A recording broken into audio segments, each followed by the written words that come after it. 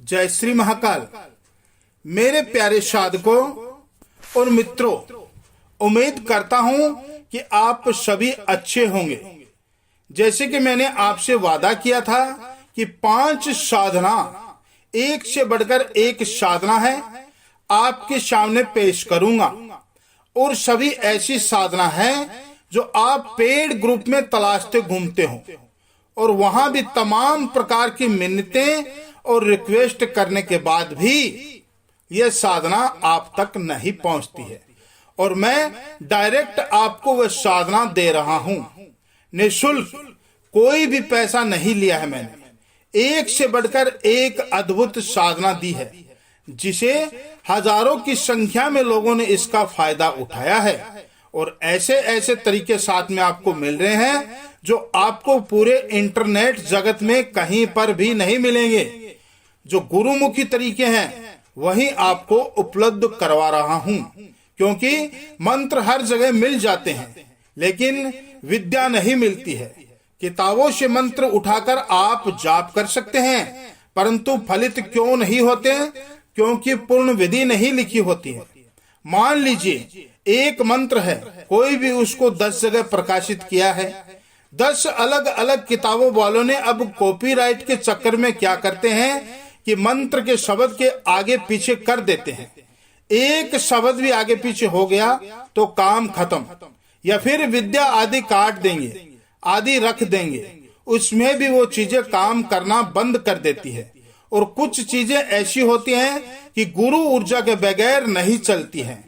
तो जो गुरु का प्रभाव है वास्तव में यहीं पर काम आता है।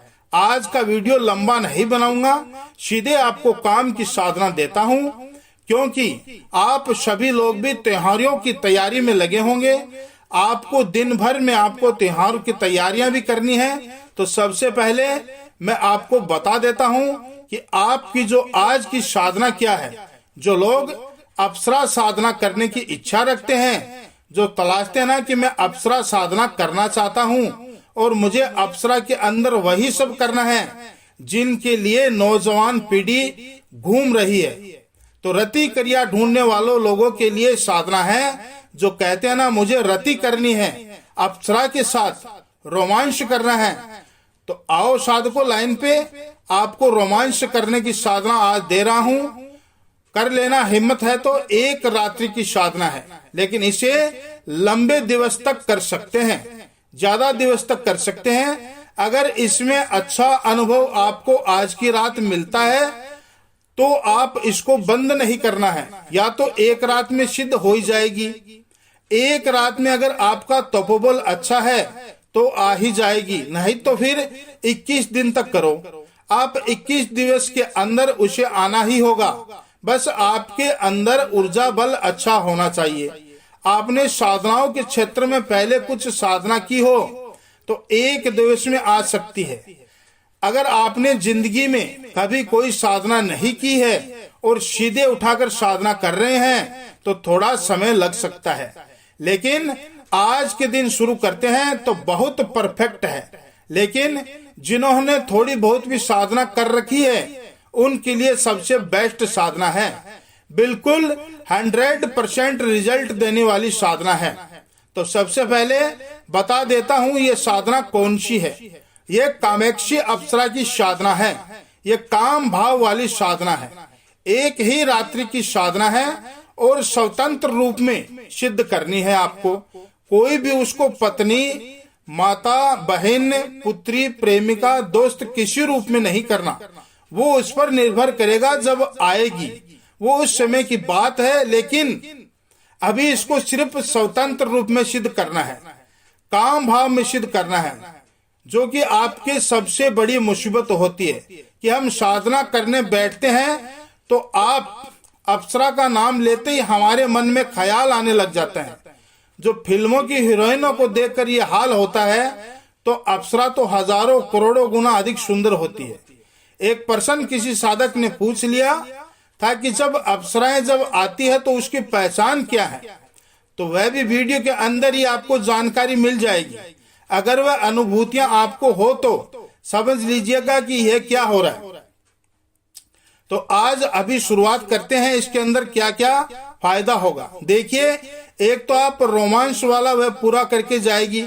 संबंध बनाने के बाद में शारीरिक संबंध बनेंगे, शारीरिक संबंध बनेंगे ही बनेंगे। इसमें दूसरी चीज है वस्त्र आभूषण, या तो छोड़कर जाएगी, आपको धनवान भी बनाकर जाएगी। वस्त्र आभूषण छोड़कर जाएगी आपके लिए, और हो सकता है बिल्कुल वस्त्र बिना ही आ जाए, बिना आभूषण बिना गहनों के ही आ जाए। तो ऐसा नहीं करना है। एक साधक ने पिछली बार जब साधना की थी तो अप्सरा तो प्रत्यक्ष हुई थी, लेकिन उसके शरीर पर एक भी आभूषण या कपड़ा कुछ भी नहीं था। नतीजा यह हुआ कि उसने मंत्र जाप बंद कर दिया, भगा दिया। अप्सरा को उसने सीधे हनुमान चालीसा का पाठ शुरू कर दिया, और अप्सरा बेचारी सौम्य होती है, डर गई, भाग गई। तो ऐसा नहीं करना है आपको। वस्त्र आभूषण देख करके नहीं, बल्कि अप्सरा आई है तो उसके साथ में बातें करनी है, और डायरेक्ट आते ही उसके साथ संबंध बनाने की कोशिश मत कीजिएगा। पहले उसके साथ अटकेलियां कीजिएगा, उसको बैठाकर उसके साथ बातें करिएगा, मधुर मधुर मीठी मीठी। जैसे आप आजकल अपनी गर्लफ्रेंड से लंबी बातें करते हैं ना फोन पर, भले ही वो पूरी पूरी रात करवा लो आपसे, ठीक वैसे ही इसके साथ भी बातें करनी है आपको पहले। और जो पूछना हो आपको अपने जीवन के बारे में, साधनाओं के बारे में, ऐसी ऐसी साधनाएं देके चली जाती है आपके अपनी जिंदगी में कभी ना ही तो देखी होगी और ना ही सुनी होगी। बहुत जबरदस्त साधनाएं देकर चली जाती है, बहुत अच्छे अच्छे विधान देकर चली जाती है। और फिर से आने का कोल्ड वर्ल्ड पूछ लीजिएगा कि दोबारा बुलाना हो तो कैसे बुला सकते हैं, और दोबारा बुलाने का 100% ये बता के जाती है। क्योंकि अगर साधक अच्छा होना तो उनको भा जाए तो वो वापस भी आती है, ये निश्चित है, आती है। कई लोगों को मुंदरी दे जाती है। अब साधना के लिए एक चीज का ध्यान रखना चाहिए। जैसे शुरू में मैंने अप्सरा साधना की थी तो उस समय अप्सरा प्रत्यक्ष तो हुई थी, सामने नहीं आई, मेरे सामने बिल्कुल भी नहीं आई। क्योंकि जब मैं 13 साल का था उस समय से महाविद्या की साधना शुरू की थी। मैंने बहुत प्रचंड मात्रा के अंदर बिना किसी गुरु के उस समय मैंने इतनी मात्रा में मंत्र जाप किए थे देवी के। उस समय अगर हाथ में जल लेकर के अगर छींटे भी मार देता तो भूत प्रेत वाले पर तो उस पर भी असर कर जाता था। वो इतनी मात्रा के अंदर मैंने ब्रह्म मुहूर्त में उठ करके साधना की थी। उस समय मेरे पास कोई गुरु नहीं था, और उस समय एक महाविद्या थी, बहुत अच्छी महाविद्या थी, उसकी साधना मैंने की थी। तो उसका प्रभाव यह था कि यह इत्र योनि होती है, वे सामने आते ही उनका शरीर जलने लग जाता है। ये बात मुझे तब पता चली जब अप्सरा ने कहा कि मैं सामने नहीं आ सकती, क्योंकि मैं प्रत्यक्ष आऊंगी तो आपकी जो साधना का ऊर्जा बल है उसी वजह से मैं जल जाऊंगी, उसका शरीर जलने लग जाता है। तो कहने का तात्पर्य यह है कि अगर आप महाविद्या के साधक हैं, गायत्री साधक, आपने कुछ बड़ी शक्तियों की साधना की है, तो अप्सरा डर जाती है, सामने नहीं आती है, उनका तपोबल जाता होता है, लेकिन फिर भी ट्राई करने में आपका कुछ नहीं जाता। आपको कुछ न कुछ देकर ही जाएगी, लेके नहीं जाएगी आपसे। और बिल्कुल डरने की चीज नहीं है, बहुत जबरदस्त होती है, कोई नुकसान नहीं पहुंचाती साधक को, बहुत सौम्य होती है ये साधना। आप कभी भी अमावस्या, पूर्णिमा, होली, दीपावली, रवि पुष्प योग में गुरु पुष्प योग या दशहरा को भी कर सकते हैं, नवरात्रि में भी कर सकते हैं। आपके वस्त्र कैसे रहेंगे? लाल या सफेद वस्त्र रहेंगे। आपको गुलाब के इत्र की शीशी लेनी है और गुलाब जल की शीशी ले आनी है। अगर गुलाब जल नहीं है तो गुलाब की शीशी में थोड़ा सा इत्र आपको नहाते समय बाल्टी में डालकर स्नान करना है, ताकि शरीर से खुशबू आए। गुलाब के इत्र की, गुलाब की कुछ पंखुड़ियां आपको लाकर के छोड़ लेनी है शरीर पर, हल्का हल्का चंदन लगा लेना है। आपका मुख्य साधना के समय उत्तर दिशा की ओर रहेगा। आपका आसन भी लाल रहेगा। आसन के पास एक बिस्तर लगा देना, बहुत ही मखमली टाइप का बिस्तर बनाइए। उसके ऊपर धुली हुई कोई चादर बिछा कर कि अगर गुलाबी चादर है तो और भी अच्छा है, चादर बिछा करके उसके ऊपर गुलाब की चादर के ऊपर गुलाब की पंखुड़ियां डाल दीजिएगा, जैसे नवी नवेली दुल्हन की रात होती है। आप समझ गए हैं? उसी प्रकार से आपको सजाना है इस बेड को। और आप बंद एकांत कमरा होना चाहिए। हवा पास होने के लिए खिड़की खुली रखी सकती है, लेकिन गेट खुला करके साधना नहीं करनी है। बंद कमरा होना चाहिए। जो आप करोगे वो बुदबुदाते हुए करना है। होठों से बाहर थोड़ा थोड़ा आपको ही महसूस हो, दूसरों को महसूस न हो। मन ही मन नहीं करना है, लेकिन बहुत जोर जोर से भी नहीं करना है। जिस कमरे में आप जाप कर रहे हो उस कमरे में किसी की तस्वीर नहीं होनी चाहिए, किसी की फोटो नहीं होनी चाहिए। समझ रहे हैं? आप कोई देवी देवता या फिर किसी मरे हुए व्यक्ति की, साधारण व्यक्ति की, जीवित व्यक्ति की कोई भी फोटो मत रखो। उसमें सब फोटोएं हटा देनी आवश्यक है। वस्तुएं हटा देनी है। भोजन सामग्री पड़ी हो तो वो भी हटा देनी है। और सिर्फ एकांत कमरा चाहिए आपको। और शाम के समय 6-7 बजे के आसपास आपको गुरु गणेश, इष्ट देवता, कुल देवी, पितृ का भोजन या शिव दुर्गा का पूजन कर लेना। पंचोपचार पूजन करके आज्ञा लेवे, साधारण भोजन कर लेवे, उनसे आज्ञा लेवे कि मैं ये साधना कर रहा हूँ कामेक्षी अप्सरा की, मुझे पूर्ण सफलता प्रदान करे। और कोई भी कवच पाठ नहीं करना है। हनुमान चालीसा या कोई भी देवी देवता का पाठ नहीं करना है। इसमें शाम के समय जो करना है वो कर लेवे, लेकिन रात्रि को कवच पाठ इत्यादि भी नहीं करना है। शाम को भी कोशिश पाठ ना करें।